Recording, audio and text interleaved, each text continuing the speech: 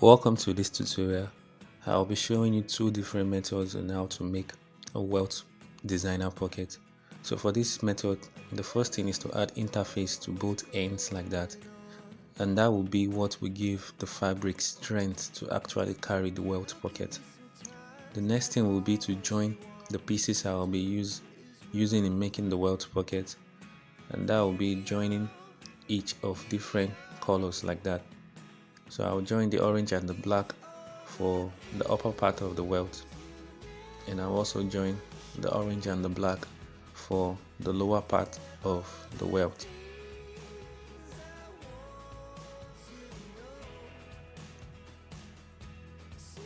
After joining, you open it up like that and use your pressing iron to straighten it. Mind you, we've added interface to the pieces even before we started sewing. So you add interface to give it strength as well, because you want to be able to control it however way you feel like bending it. So you could see even before pressing, they're already looking easy to control. After pressing, I've succeeded in giving it the gator line I want to work with.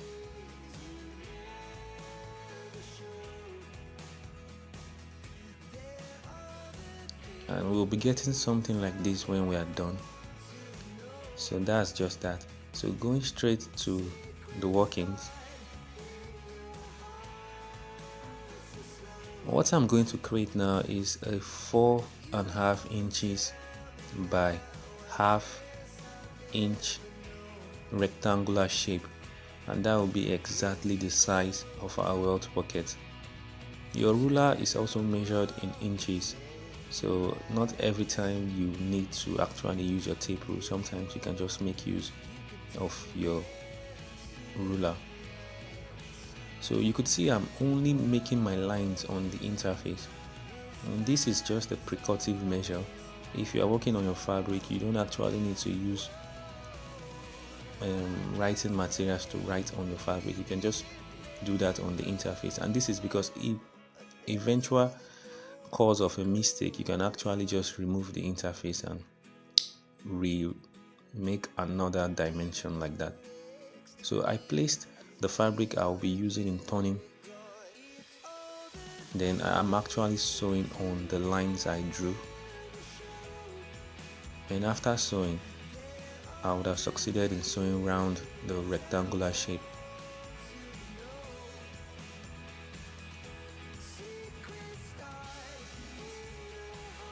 The next thing I'll do will be to notch the middle.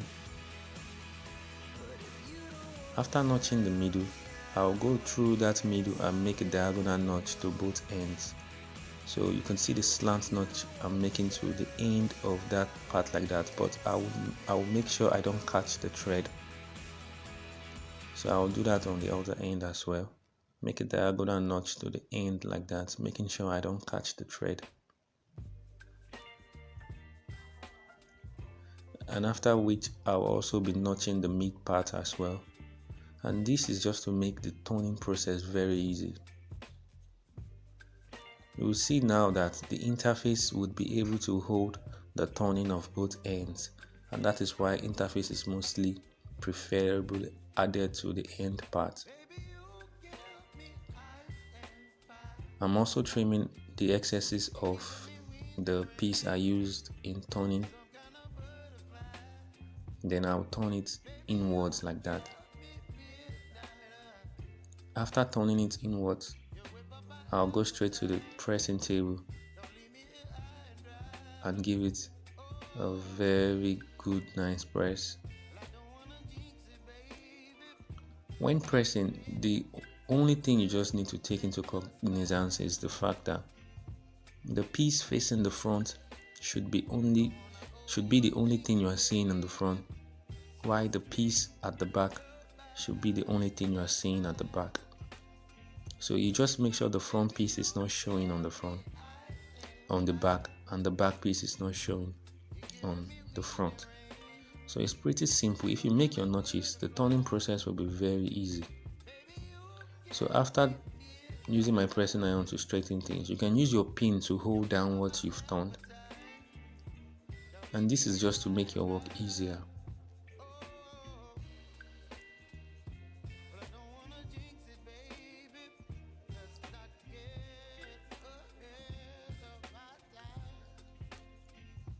Now go straight to the placing of the upper and the lower welt.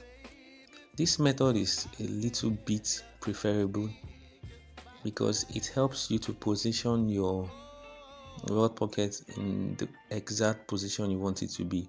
So after placing it, I'm making use of pins to hold it down.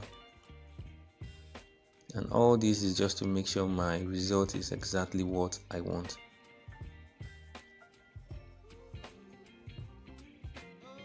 After holding it down, that is the lower part of the welt, you just go straight to the stitching.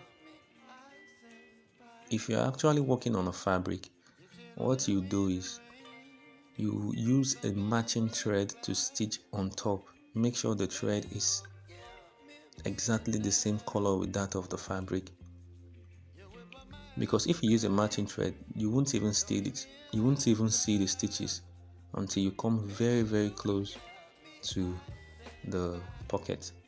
So if you don't come very close, you won't even know there are stitches around the pocket.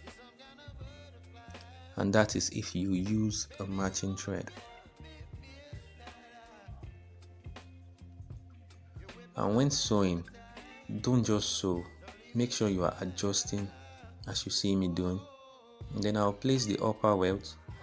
Since it's a designer pocket, you just make sure where the black stops on the lower part is where the black starts from on the upper part. After confirming that, you continue your stitching.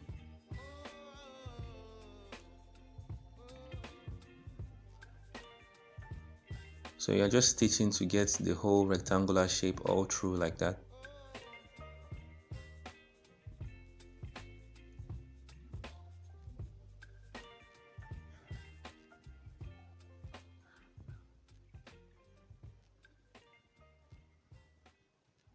Like I said, when you are sewing, make sure you are adjusting, not just sewing like that. Make sure you are using your hands to put things in the right positions they should be in. So after joining the upper and the lower welts, you can also trim if you want. The only thing, you don't trim anything that will affect the sewing line. So I removed my pins, and I'll go straight to the working of the inner pocket. For the inner pocket, it is mostly advisable you use a matching fabric as well. But if you don't want to use a matching fabric, just make sure your pocket is perfect enough to cover. Like for this practical, I'll be using another fabric which you see. So I'll place that on the downside. So after placing it on the down line of the pocket, I'll make a stitch to hold both down together. If you notice, the sewing line will only show inside the pocket, it will not show outside the pocket. So I'll close up like that. Now the way I create this pocket is actually different from the way I created the other pockets. So for the other pockets, there will be no need for whipping or piping. But for this pocket, there will be a great need for whipping or piping. So you can fold it inwards and sew, or you can just sew it outwards. Then you whip and pipe. But for this, I'll be sewing outwards.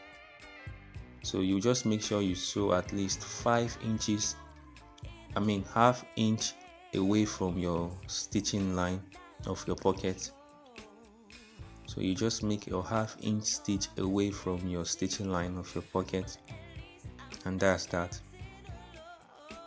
So after sewing, you trim to half inch away from the line you just finished sewing.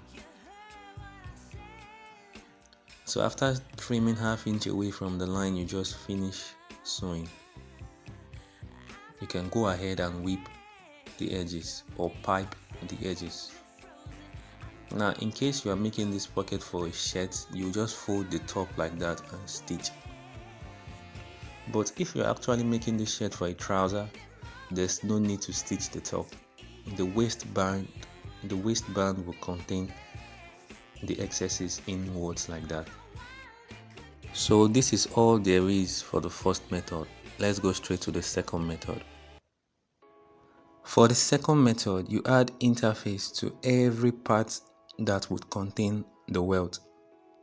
And this is because you are not using any material to turn it inwards. Instead, you are working directly with the welt fabrics. And just like we did for the first method, you will join the orange and the black piece together like that. So after joining the orange piece and the black piece together for the upper, you'd also join the orange and the black piece for the lower part of the welt. Same thing we did for the first part, you do for the second part. You open it up and use your pressing iron to press. Only this time you're not folding any part into two, so you leave it exactly the way you open it.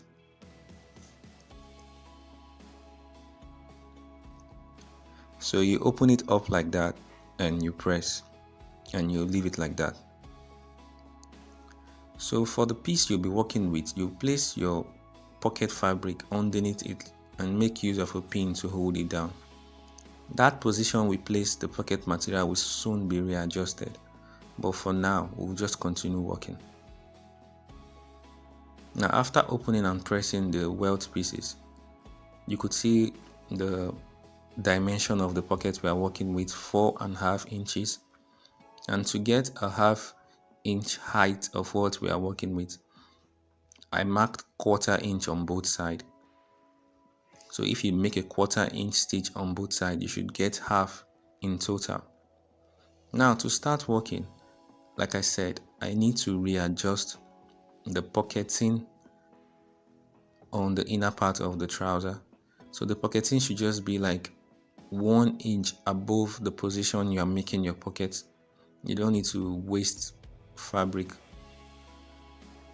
So I'll just place it like that on that region, and I'll make sure there's interface at the back side of that region. And I'll be making my 1/2 inch stitch from the beginning to the end of my markings like that.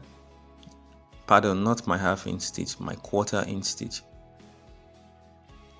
Then I would also make my 1/4 inch stitch for the upper part of the welt as well.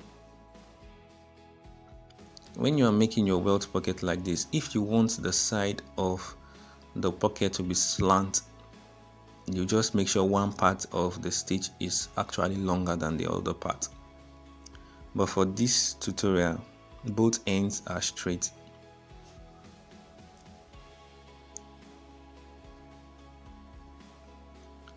So after making my stitch, I'll fold into two and make a notch on the midpoint like that. After making a notch on the midpoint, through that point, I'll make my diagonal stitches as well. So I'll make my diagonal stitch to both ends, making sure I don't actually touch the thread. So I'll do that for the other part as well. So I'll stop close to the end of the sewing line, but I'll just make sure I don't get to the end of the sewing line. After doing that, I'll fold inwards by 1/4 inch.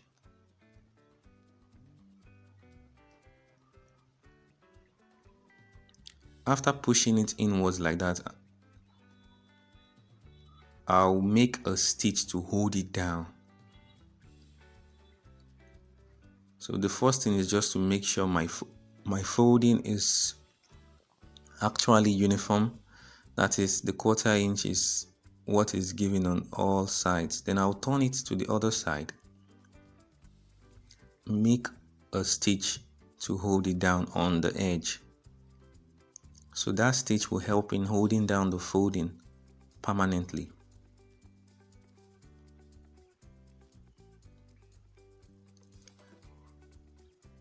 That is for the lower part of the welt. For the upper part of the welt, I'll fold by 1/4 inch as well.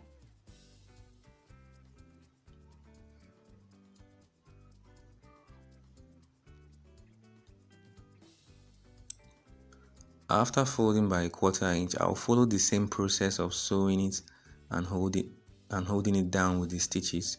So I'll turn to the other side like that. Use my stitching on the edge to hold it down. Now there are advantages and disadvantages of working with these two different methods. For this method, the advantage is you don't have to stitch round the top of the fabric. So your pocket is just looking magical on your fabric. It doesn't show where you start or where you end. So I stitched the arrowhead on that side, and that will be the final stitching on the right side. And then I'll do the same on the left side, and that would also be the last stitching of the welt pocket. Every other thing will be the creation of the inner pocket itself. So that arrowhead you see on the other side as well will be stitched down. So I'll stitch that arrowhead down like that on both fabrics.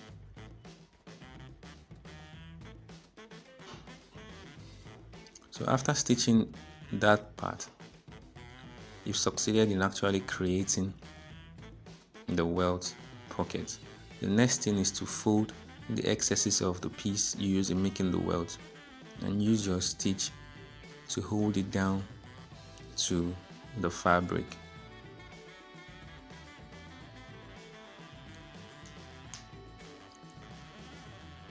Now, I always give examples of how it works when you are working on a shirt and when you are working on a trouser. If you are working on a shirt, you don't really need to hold down the upper piece, but if you are working on a trouser, you need to hold it down. So I'll remove my pins. So I've actually held down the lower piece to the pocketing. Now for the upper piece, you don't really need to hold it down if you are working on a shirt. So what you just do now is you fold to your desired measurement of how deep you want your pocket to be. So after getting the depth of your pocket, you use your pins to hold it down like that. Then you make your notches. Those notches you make on the edge of the downline of the pocket would determine where the pocket will start from when you are sewing. But before then, I will cut 1 inch before the edge of the pocket just to reduce the size of the pocketing. Because if you're actually working on a trouser, you don't want your pocketing to be affecting other parts of the trouser. You want it as small and minimal as possible. So I make my notches on the edge of the pocket. Then I remove my pins. Then I'll turn it to the other side like that and start my stitches from the notch edges I made. So I'll make a 1/2 inch stitch from the downline up like that. And I'll do the same for the other side.